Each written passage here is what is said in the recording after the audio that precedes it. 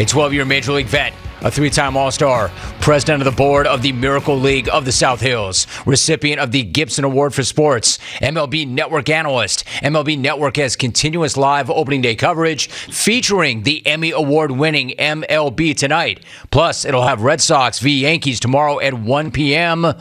Sean Casey returns to MLB Network on Monday. Make sure you check out his Mayor's Office podcast because it is awesome.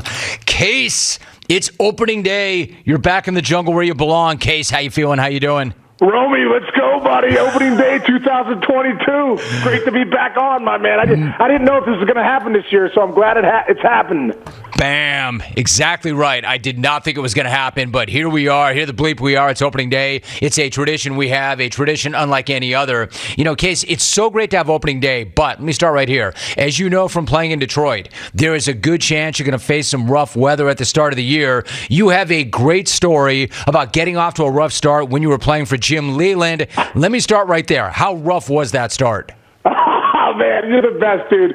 Yeah, 2007, worst start of my career. Opening day was bad, and then the first month was bad. You know, I just couldn't get going. I swear, bro, it was 31 degrees every day in Detroit, flurrying. It snowed like a few days in those first few weeks, and I remember I was hitting every day. I would come early every day with Lloyd McClendon to hit, and I just couldn't get things going. And this one night, I'm pulling out of the Comerica Park and probably passed a few drug deals on the way to the highway, but that was a whole nother story. And, you know, I'm pulling out and thinking to myself, you know what? I'm 3 weeks in. I'm hitting 110. I'm being too passive. I got to get more aggressive. I'm going to be aggressive. Tomorrow's the day. I can't wait to get to the park. So I woke up that morning. My sons were like 4 and 3 at the time playing wiffle ball outside. I'm like, I wanted to hit anybody. I was like, throw me one of those pitches right here. Boom. I'm launching my kids over the house, you know, and then I get to the yard early, 4 o'clock. Batting practice starts. Romy, every ball I hit is in the seats. I'm launching balls. I'm like aggressive. So I'm about to run out to batting practice, 6:45. I'm like, tonight's the night. I'm going to get things going. And Leyland's already he's already got a couple heaters rolling in the dugout. He's got his spikes on, full uni. He's been there probably since 6. And I'm just about to run off for my sprints. He's like, hey, Case, I talked to you real quick. I'm like, I come running back. Yeah, what's up, Skip? He's like, hey, listen. He goes, I've been scouting Sean Casey for a long time, and the Sean Casey I know is patient. I'm just like, oh, my God. He's like, I think you're just swinging at everything. Tonight, I want you to go up there and take a few pitches and really get into the at-bat. I'm like, oh, my God. This is like worst-case scenario. I just pumped myself up for 24 hours that I'm going to swing at the first. You could throw the rosin bag up there, and I'm going to swing at it, you know? So I'm fired up. Next thing you know, I'm in the dugout, you know, last at-bat, bam, I punch out, 0 for 5, 2 punch-outs. I'm now hitting like 104. So I go over to, like the 8th inning, I go over to the water cooler, just literally want to retire at this point. And I'm getting some water, and bam, like a pack of Marlboros hits me in the face. It's Leyland right next to me, just like, and he gets right in my face. He's like, he points in my face, like, if you ever take my advice on hitting again, I'm sending you to AA. He goes, I got no idea what I'm talking about. I was 0 for August one time as a player, and he walks off. Oh, it's incredible. It's incredible. Why he's the greatest manager of all time, and I think I got hot the next day. That is incredible. Sean Casey joining us. What an amazing story. You know, this kind of gives you a sense, but you had Curtis Granderson on your podcast too, and he was talking about the fact that he would sleep on a flight from city to city and then wake up for the same reason you just mentioned. Like, he had a pack of Marlboros right in his face. Like, Leyland, you get the sense, was like burning one's heater off one another. I mean, smoking on an airplane, Case. Incredible. But at the end of the day, what was it like to play for that guy? Oh, man, he was the greatest. And it is funny. Like, I remember one time I was, I think it was during that time I was struggling. Leyland comes back on the flight. Probably Granderson's next to me. And he comes up to me. He's like, hey, what are you using? And I go, what do you mean, what am I using? Meanwhile, I wanted to be like, Skip, do you know that it's 2007 and you're not allowed to smoke on flights anymore? He's like, I don't care. I'm the manager. I'm like, all right, that's cool. He's like, what are you using to rob the bank? And I'm like, because he's like, you're so bad right now. You're stealing money from the Tigers. He goes, are you going in double barrel? I go, incredible. Yeah, I guess I am. Oh, my gosh. This dude's incredible. Like, so what would you do? Like, Case, the guy, clearly, this is a funny dude, but you could see when things were not funny, man, he would let loose on dudes. He would let loose on the team, but the dude is funny. Was it hard to keep a straight face when he was lighting everybody up? Oh my gosh. Roby, it was such a pleasure to play for Jim Leyland because you're exactly right. You nailed it. Like when you played for Leyland, he was like your buddy, but like you knew he was kind of like your dad that would rip your head off if you did something that he didn't like, or it was like disrespect to the game or the team.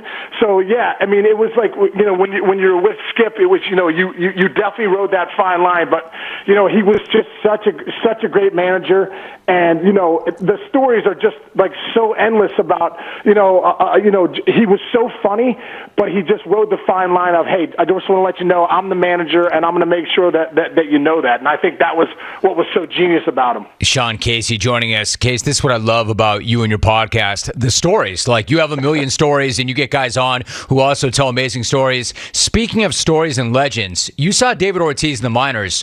What do you remember about seeing him back in the minors, and what was it like playing with him in Boston?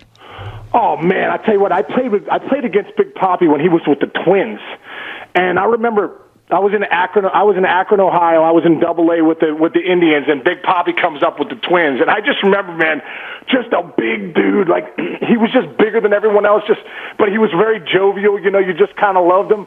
And, man, I tell you what, Romy, the one thing I noticed right away, that first at bat of the first game when the New Britain Twins came into playoffs, man, Big Papi just, bam, rocket to left center. And I remember thinking, I'm like, man, this guy's different, right? This guy's got some power in him. This guy can hit. I mean, he uses the whole field. And then when he got released by the Twins, I couldn't believe that. He ends up signing on with Boston, and it turns out that then all of a sudden he's Big Papi. But I knew that this guy was going to be something special. Back in '97 when I played him in the minors, but playing with him in '08 in Boston, man, just the way he went about his business, the way he treated everyone in that clubhouse, how kind he was to the fans.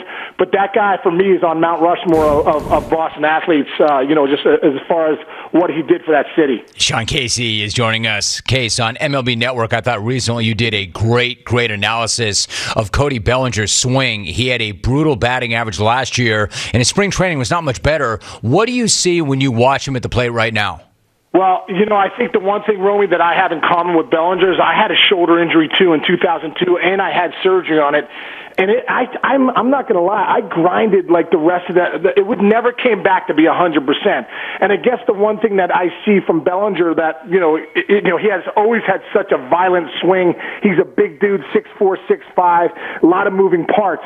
And he had surgery on that front shoulder. And that front shoulder really is everything. I mean, you have to hold to the last second when you face, a guy that's got a good curveball or a good sinker, So when I see Bellinger right now, and even last year, it just seemed like everything was so rotational. Like he was really like that front shoulder, I feel like flew a little too soon, maybe because it's not strong enough. So I hope he has a great year, man, because he's a great kid. But I just get worried about when you start talking about shoulders and really, hitting in the big leagues, if it doesn't come back to be 100%, it could be a big problem for him. Sean Casey joining us. We do this every single year on opening day. Case, what do you make of Yankees GM Brian Cashman pushing back on the lack of World Series appearances, that criticism, and saying that they should have been in the World Series if it weren't for Houston cheating, and the fact that he's still saying that now? Yeah, probably not. I'm not a big fan of it. I can understand what he's saying, but that was 2017. I mean, you've had, there's been a lot of opportunities to get to the World Series since 2009. So, at the end of the day, I mean, results aren't random. You know what I mean? I mean, you're either in the World Series or you're not.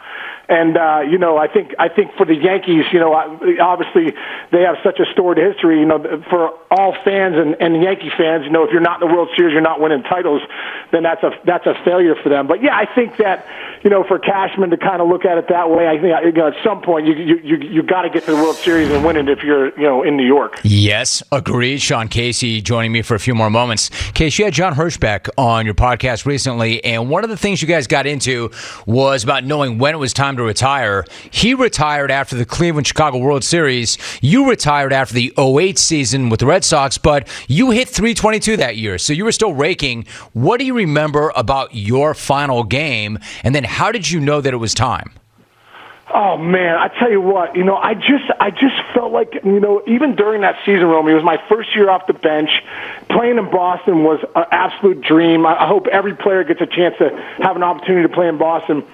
But for me, it was more the grind of the year at that stage of my career. You know, I was coming off the bench, and I tell you what, even though I was hitting 322 and still doing well, that last day, man, I just knew, you know, I remember it was Game 5, it was Game 7 of the ALCS, and we were losing towards the end, and I remember thinking, man, wow, this is it. Like, this is it. This has been the run. 12 years in the big leagues, 3 in the minors.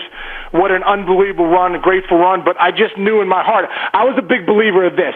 If you're a big league ball player and you're not in it 100%, good luck for 162 and 180 games. It's almost impossible. And for me, I felt like, man, I'm not in it as 100% as I always been, and I can't play the game that way. And that was the biggest reason for me, you know, walking away after 2008. Got to be honest about that. And you were Sean Casey joining us. Casey, really quickly, like I would say this: we have 2 sons. One's now in college. One is a junior in high school. They both played baseball. My younger son still plays baseball. You know, in the back of his mind, maybe he's got that dream of small college baseball. It is like the most amazing. It's one of my most amazing experiences in my life, Case, to watch our boys play baseball all the way up. But it's also one of the most stressful things where I never would have thought it would have been. You and I have talked about your 2 kids before. Jake is at Kent State. Andrew is at Dayton. How is it going, and then what's that like for you as a father to watch them play?